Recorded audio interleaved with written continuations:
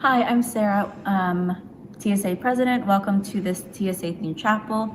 So as our team was brainstorming, we realized our given date fell on around the 1 year anniversary of being in a pandemic. And so we thought it would be important to use this space as a theological community to give space for students to reflect on their various lives and their experiences thus far, because we have a very diverse student body. And so you'll hear students who have submitted original songs, poetry, reflections, spoken words, etc.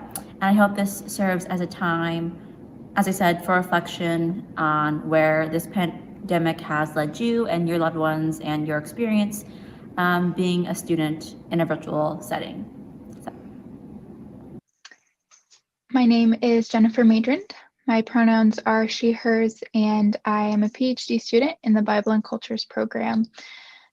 Today, I would like to offer up two poems for reflection that are written by Bell Hooks from her collection entitled Appalachian Elegy, Poetry, and Place. Bell Hooks is an American scholar, a Black feminist, pedagogue, and social activist. Hooks is from Appalachia in Kentucky and reflects in this collection about her connection to land and laments the link between the historic desecration of the land that Black and Native folks inhabited and the current exploitation and destruction of our environment.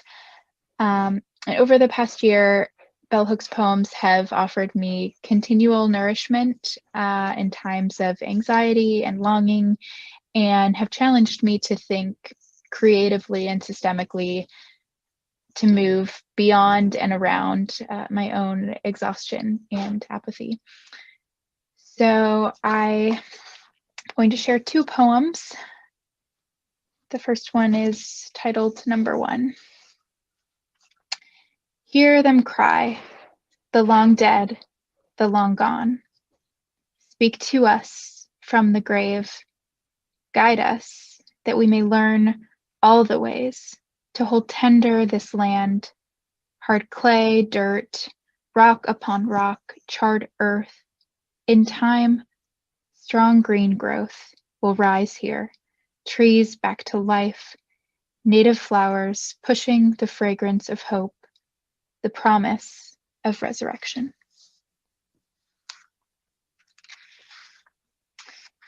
Second poem that I will be reading is entitled Number Four. Earthworks, thick brown mud, clinging, pulling a body down. Hear wounded earth cry, bequeath to me the hoe, the hope. Ancestral rites, to turn the ground over, to shovel and sift, until history, rewritten, resurrected, returns to its rightful owners, a past to claim, yet another stone lifted, to throw against the enemy, marking way for new endings, random seeds spreading over the hillside, wild roses, come by fierce wind and hard rain, unleashed furies.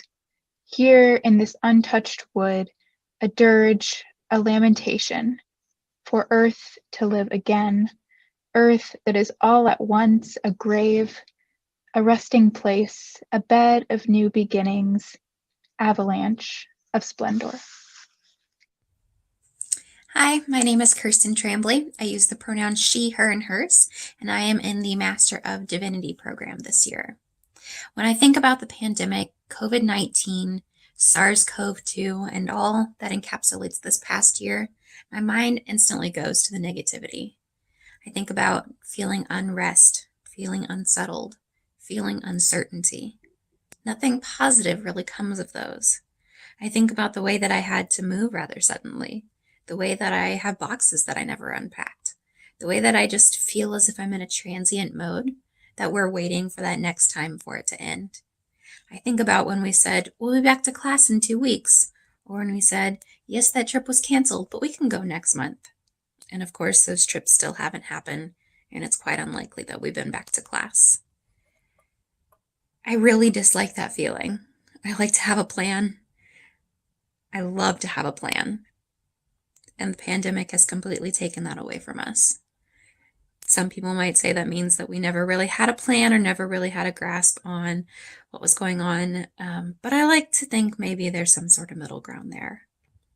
And this past year, instead, I have thought about the patterns, symbols, intentionality that it takes for us to live our lives. I've taken up the patterns of going to the grocery store late at night, knowing that there won't be as many people there, and that when I double mask and I see the very few numbers who are, I'm protecting myself and protecting others. I've thought about the symbols that are occurring in our lives. What can we do to celebrate at this time? For me, it's been a huge, huge source of joy to see people who have been able to get vaccinated over the past few weeks. And I look forward to seeing even more vaccinated in the coming weeks and months, hopefully as quickly as possible. I think about intentionality, what it takes to be able to be in community with people when we're only in community with those with whom we live. I don't exactly have a bubble outside of the person I live with. When my closest friends mostly moved away because we all had to move out of our apartment, that really left me with some things to think about. What do I do with those next level friends? Of course, I've stayed in contact with them, but it makes me be a lot more intentional than when I would casually see them, or for those who are more acquaintance type friends who I would see on the edge. I know that I haven't kept up with people as much as I have wanted to, and I've had to give myself grace for that and know that it's okay. And know that we're all going through this and struggling together. There are a few things that I have relied on. TikTok has been a great source of joy and laughter in my life since I downloaded it, I believe, in August. I love TikTok. It's so fun, so silly, so informative at times, and such a way for me to pass the time in, in bringing a source of joy that's really different than other forms of social media and other ways of connecting with the world.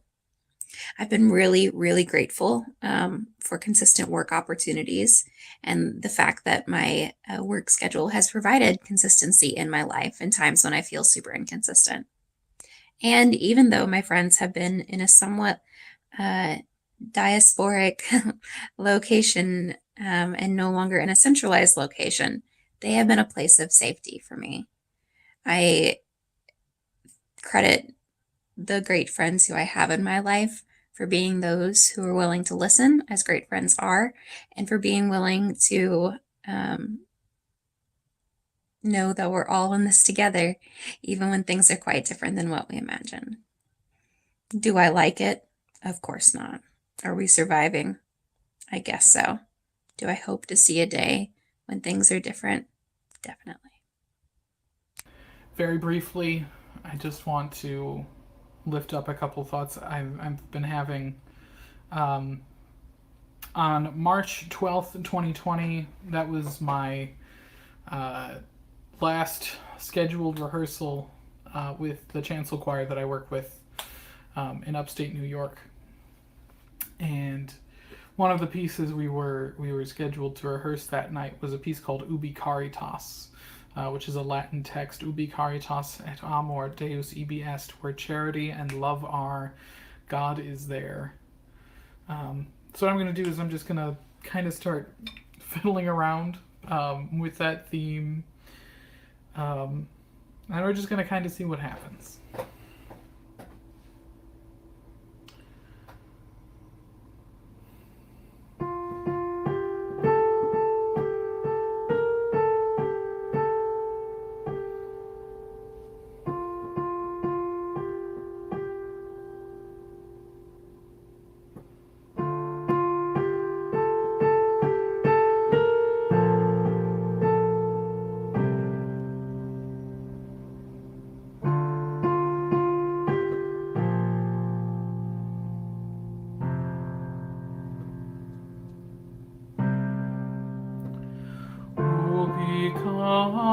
Caritas et amor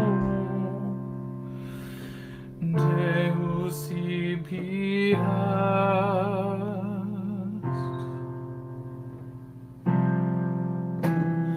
congregavit nos in uno Christi amor.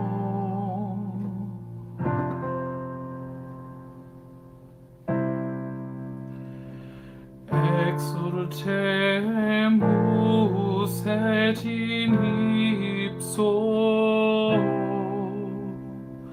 iucundemus.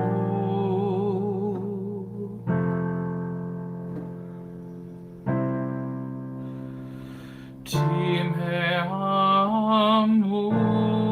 et amemus Deum vivum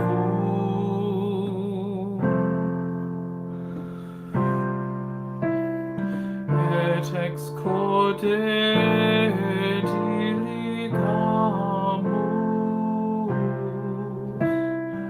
nos sincero.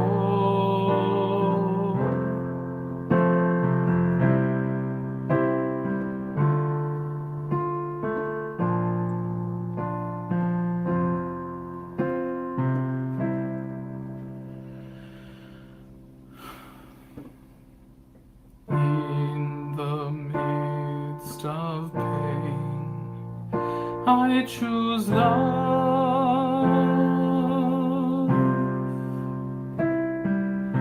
In the midst of pain, I choose love. In the midst of pain, sorrow falling down like rain.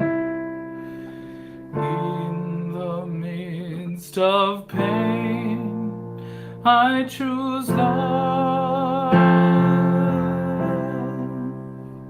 I choose love.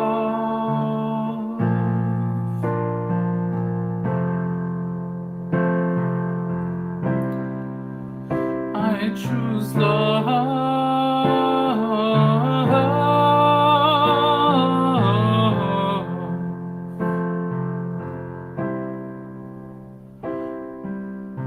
In the midst of pain, let there be love.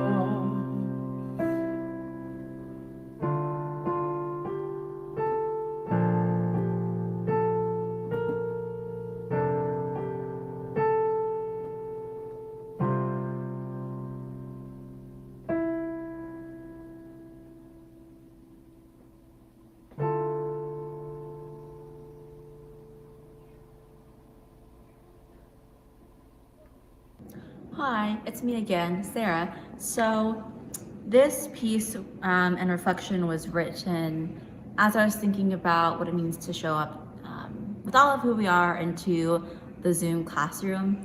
I think it's not any news to anyone of how this virus has been racialized, and so this is a reflection on some of those experiences and what it's meant to hold space for all of my classmates as we process our very different lives and what it's meant to process being Asian American in this pandemic.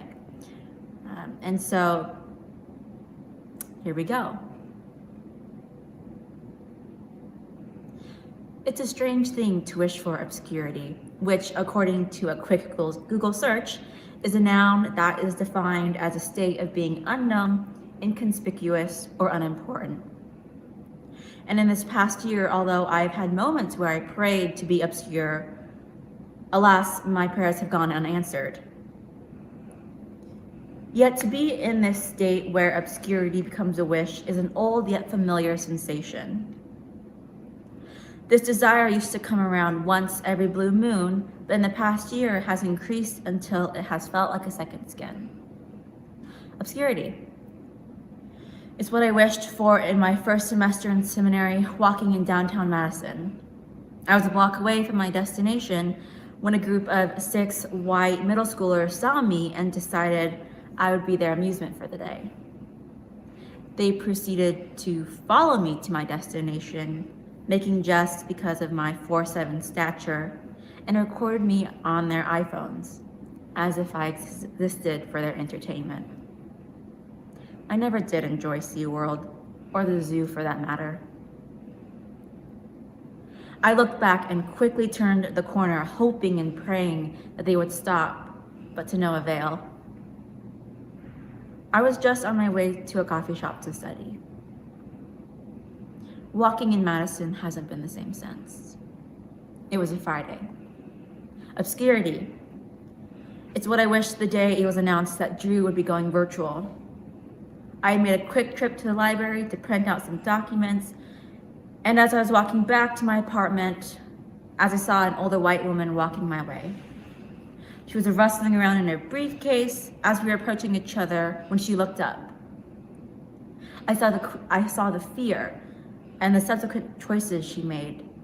She quickly grabbed her coat to cover her mouth and nose, turned her back and proceeded to wait for me to pass on the sidewalk.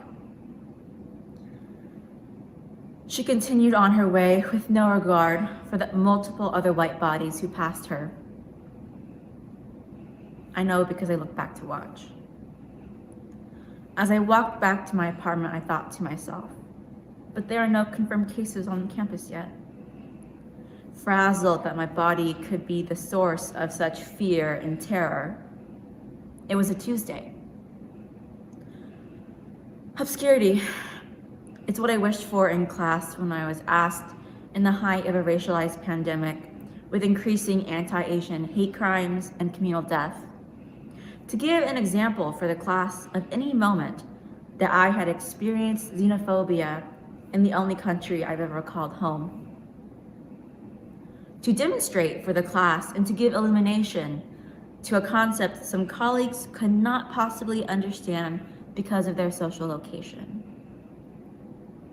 In that moment, made to be a teaching tool in ways that were not consensual and performed a kind of epistemic violence. So how has it been being a student in a pandemic?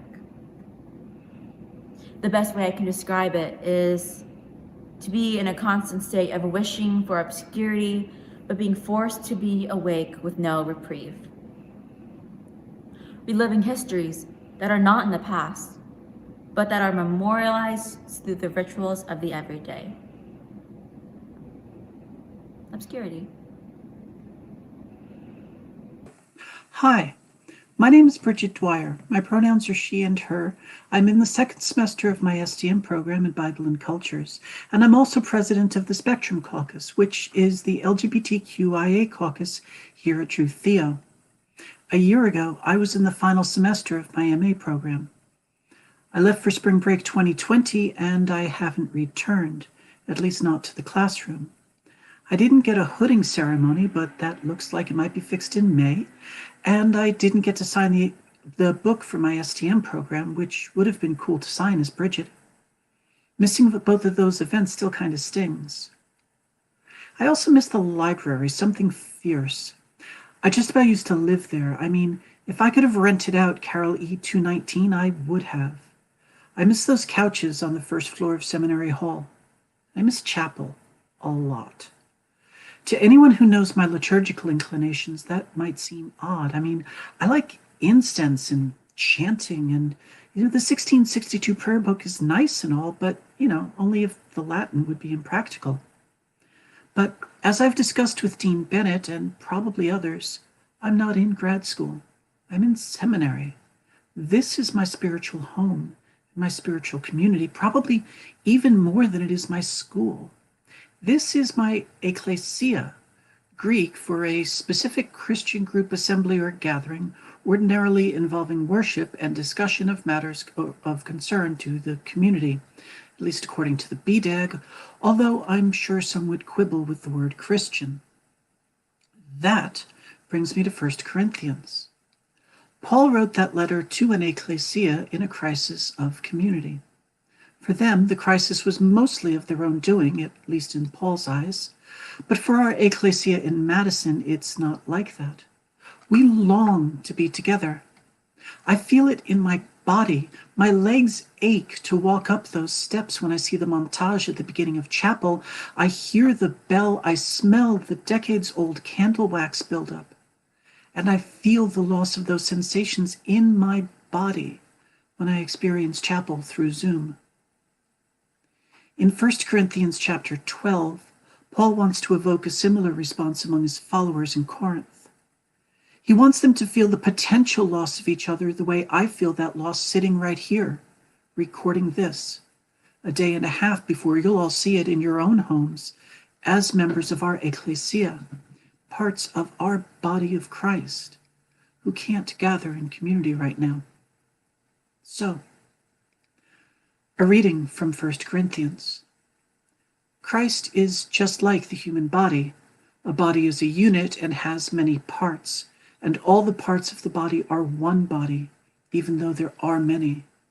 We were all baptized by one Spirit into one body, whether Jew or Greek, or slave or free, and we were all given one Spirit to drink.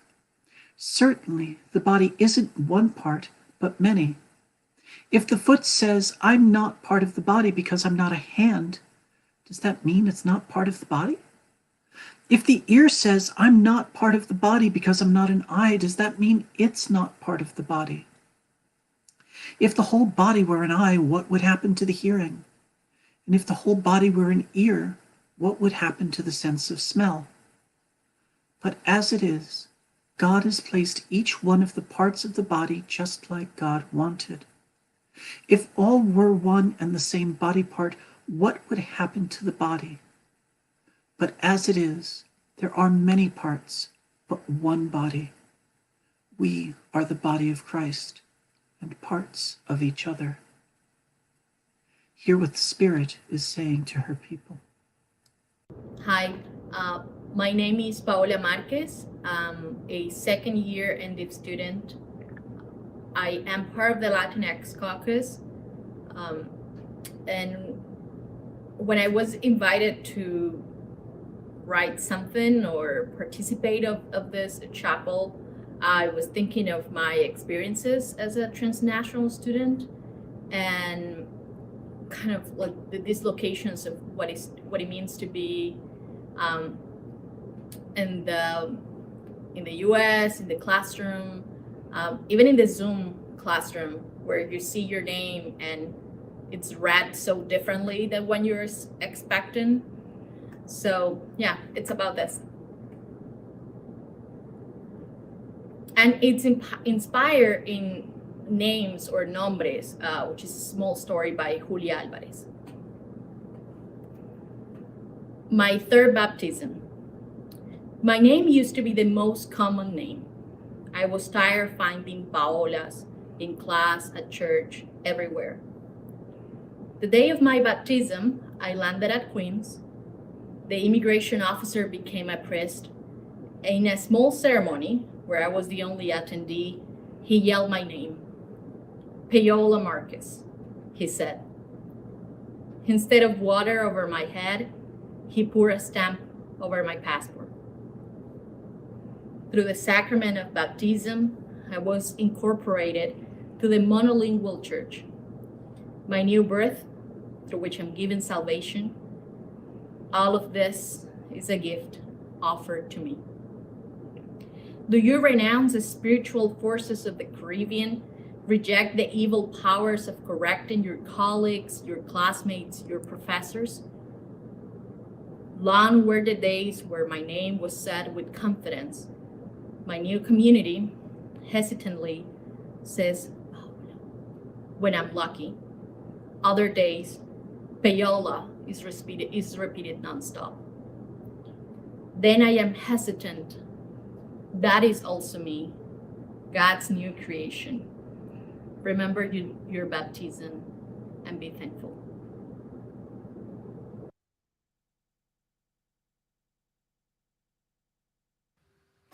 Hello everyone, my name is Harry Mu and I'm from South Korea and I'm a second year MDiv student.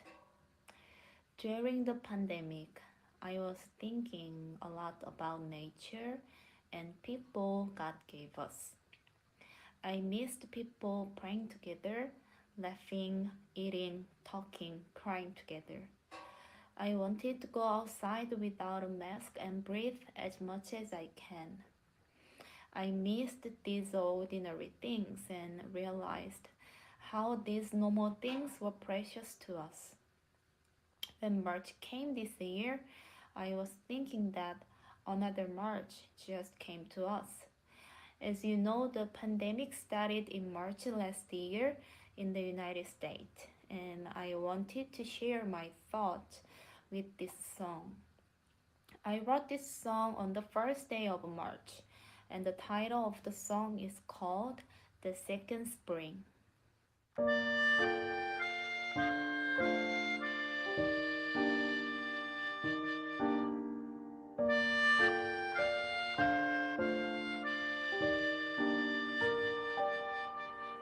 처음 본 그 봄은 우리 맞이한 그 봄은 상상할 수 없던 처음 경험했던 새로움이었지. 두 번째 이 봄은 우리 맞이한 이 봄은 여전히 어색한 우리에게 많은 걸 얘기하는 듯해. 마음껏 마시고 싶은 공기 숨차기까지 뛰고 싶은 그 자유로움을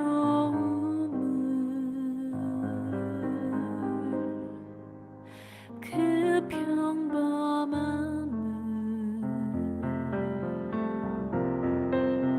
손잡고 마음껏 같이 웃고 끌어안고 맘껏 울 수 있는 그 소중함을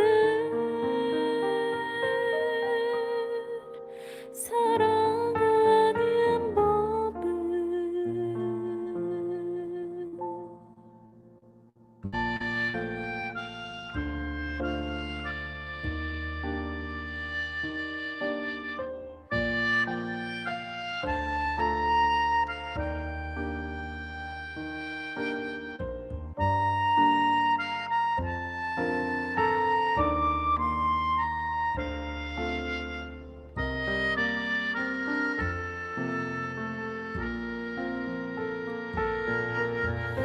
마음껏 마시고 싶은 공기 숨차기까지 뛰고 싶은 그 자유로움을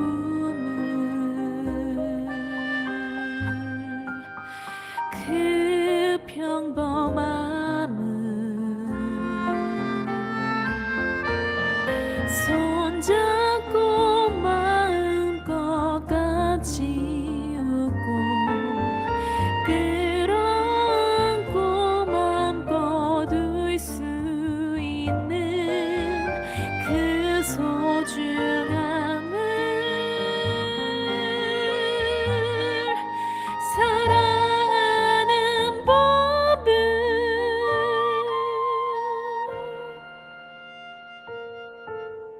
두 번째 이 봄